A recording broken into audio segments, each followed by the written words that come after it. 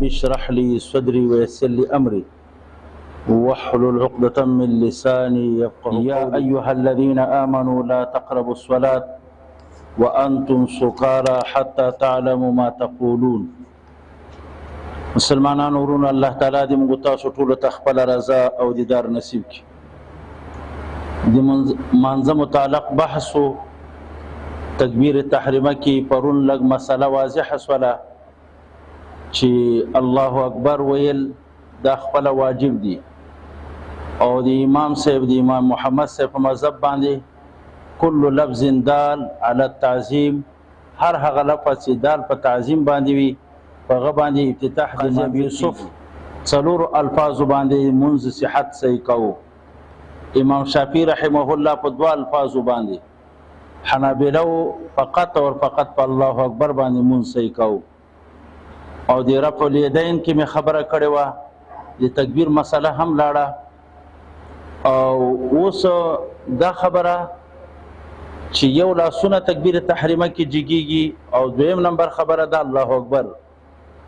نو دا د رسول الله صلی الله علیه وسلم احادیث چې کله مطالعه سي نو تاسو به درې روایتونه پیدا کړئ.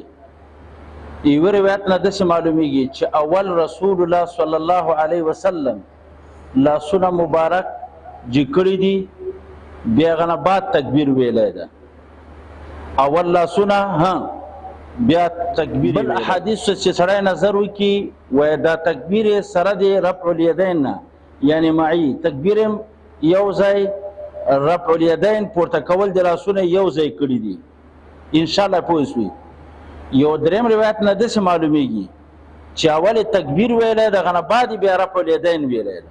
رفع الیدین لاسونه پورته کړی دي یعنی درې احادیث د رسول الله صلی الله علیه وسلم متعلق کې درې قسمه احادیث راځي. یو کې داسې راځي چې اول لاسونه پورته شوي دي غنه بعد تکبیر ویلای. دویم کې معیت معلومیږي یعنی تکبیر سره د رفع الیدین یو ځای. دریم نه داسې معلومیږي چې اول هم تکبیر ویل سوی ده غنه بعد لاسونه پورته کړي. د احناف په مسلک باندې راجح روایت دغه ده چې داسې عمل وسی اول د لاسونه پورته کی او بیا د غنه بعد تکبیر وایي. بس اسانه خبر خلاص سره لاسونه به برابر کو شحمته اذونه سره به برابر کو او غنه بعد بیا تکبیر ویل سي. درې روایتونه مرته نقل ک احناف دغه روایت ته ترجیح ورکړي ده. نو څه ضرورت نشته ده ان شاء الله په دې پوه شو. او بل بحث می په دې الله اکبر کې دا خودلو چې حکمتونه او مصلحتونه په دې تکبیر کې چې دا لاسونه مونږ پورته کو دي کې څه حکمت او څه مصلحت ده. ګوره رسول الله صلی الله علیه وسلم وایي تحریمها التکبیر وتحلیلها التسلیم. رسول الله صلی الله علیه وسلم حدیث دا خو ما یو قطعه دی حدیث ویلې. رسول الله وایي محرم لپاره د مانځه تکبیر ده. سره چې کله الله اکبر مونږ کې وایي د دنیا هر شی حلال پتا خوراک کول حلال و څنګه سو خبره کول مباح کارو و څنګه سولې حرام سو. د دنیا هر حلال پتا حرام سو فقط په الله اکبر سره. وتحلیلها التسلیم. رسول الله مبارک کوي چې سړی ته هر شی حلالي کی په سلام سره. سړی سلام وګرځي هر هغه شی چې په الله اکبر حرام وو په سلام علیکم سره تا ته حلال. ذکر رسول الله سلام ته محلل ویلی ده او تکبیر ته محرم ویلی ده. اوس راسه تاسو دو قسمه محرمات لرئ، یو محرمات قولیه بل محرمات فعلیه.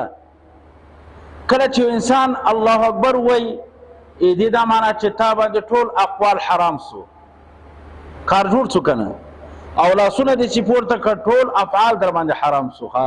یو حکمت په لاسو پورته کېدلو کې دا چې په دې سره تنبیه په دې راغله چې هر افعال مباح افعال پتا څنګه سلوت په منځ کې حرام سو. دیم په دې الله اکبر سره مولانو واوري اثبات الکبریا الی الله.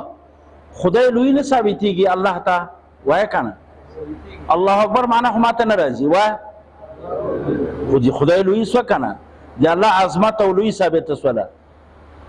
او په دې لاسونو پورته کولو سره